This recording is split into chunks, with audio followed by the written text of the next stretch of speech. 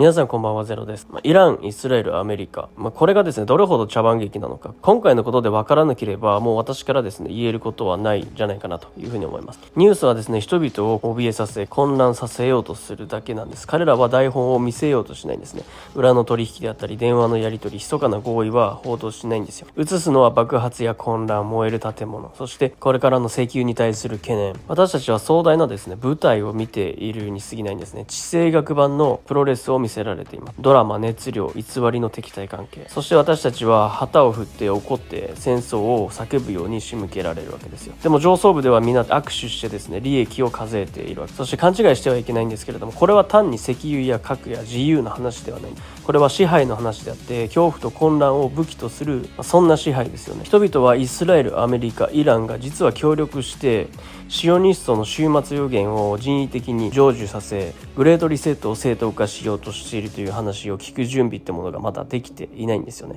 人々がこの真実を直視できないのは、メディアと支配層が織りなす巧妙な物語によって対立と分断が意図的に煽られているからなわけですよ。イスラエル、アメリカ、イランの表向きの敵対関係というものは、実はグローバルなエリート集団によって大規模な舞台演出に過ぎないんですね。彼らの目的は混乱と危機を操ることで、人類の意識を恐怖と不安で縛りですね、グレートリセットへの道を整えることにあります。このリセットは新たな世界秩序を確立するための計画であって、国家や文化の境界を溶かし、単一のですね統治システムを押し付けるものなんですね。しかしこの計画の裏にはね、さらに深い層が存在するわけですよ。シオニストの終末予言は単なる宗教的物語ではなくて、古代から続く秘密結社や奥の院と呼ばれるような人たちがですね、現代テクノロジーと融合させ、人工知能や監視システムを駆使して世界をコントロールする、計画書みたいなものですよね。イスラエルは聖地の象徴として、そしてアメリカは軍事と経済の覇権として、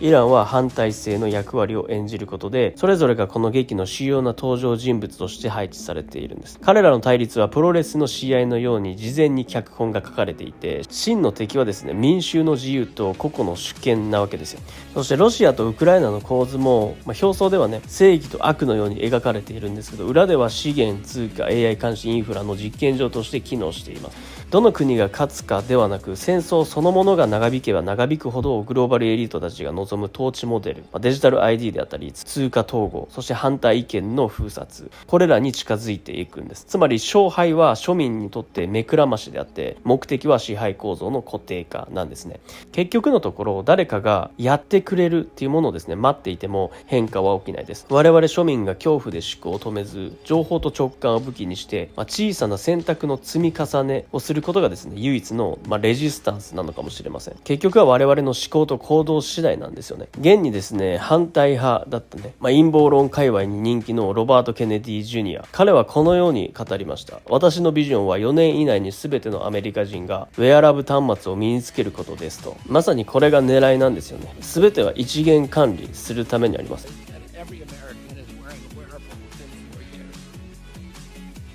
今日その後私たちが埋め込むことができるものについてもっと話しましょう。いつですか？確実に今後10年以内です。まず私たちは服に埋め込むでしょう。つまり私たちが言うところのウェアラブル端末です。そして次に私たちは埋め込むことができるでしょう。脳や皮膚の中に。そして最終的にはおそらく直接的な通信が可能になります。私たちの脳とデジタル世界の間で。私たちが見ているのは物理的な世界と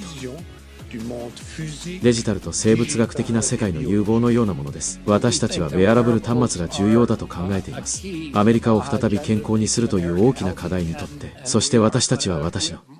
私のビジョンとしてはWelcome Leap and this DARPA connection are focused either on in utero fetuses or on children as young as 3 months of age up to 3 years.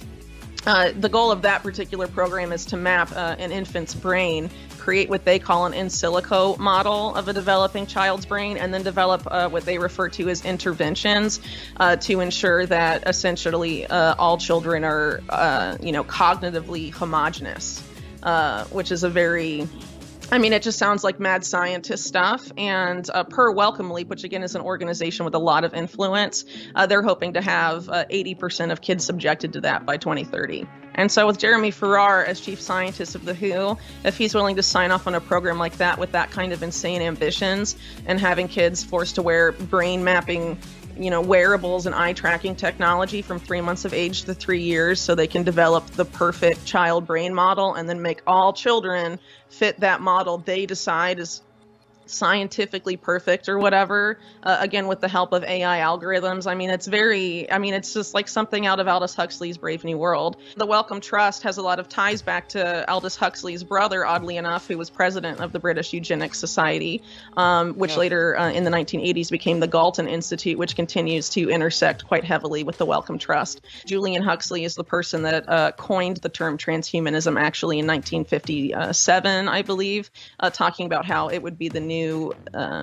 phase of eugenics, essentially, would come to be the merging of man with machine. And he was a director general of UNESCO, again at the UN, and talked about we need to find a way to make the unthinkable thinkable again with respect to eugenics right after World War II. So if you have people like that at the United Nations and influencing major medical research organizations like the Wellcome Trust over a series of decades, you're bound to have really nasty consequences. And unfortunately, it hasn't been talked about enough, and the Wellcome Trust continues to be underreported about. And now the guy that's been at the helm of that and signing off on a lot of these honestly hellish programs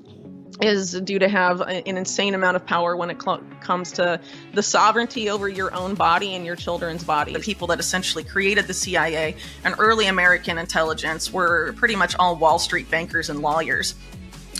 People may know about that in the case of, rather infamous CIA directors like Alan Dulles being from the Wall Street law firm Sullivan and Cromwell. But the leader of the OSS, which is sort of the precursor to the CIA, Bill Donovan, was also deeply tied to Wall Street. And even former CIA deputy directors from just 20 years ago have essentially said the CIA has always sort of been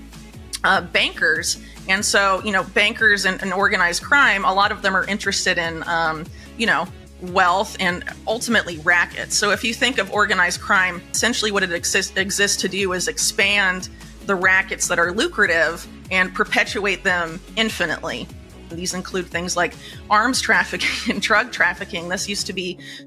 the rackets of the mob, but by teaming up with intelligence, they were able to expand them and dominate them. Silicon Valley has essentially merged with the national security state. They're contractors for the military. They're contractors for intelligence. Google, Microsoft, Amazon realize that these institutions have been corrupted and they don't have our best interests at heart. Elon Musk, his grandfather helped run the technocracy movement, which is this very scientific dictatorship that the Club of Rome people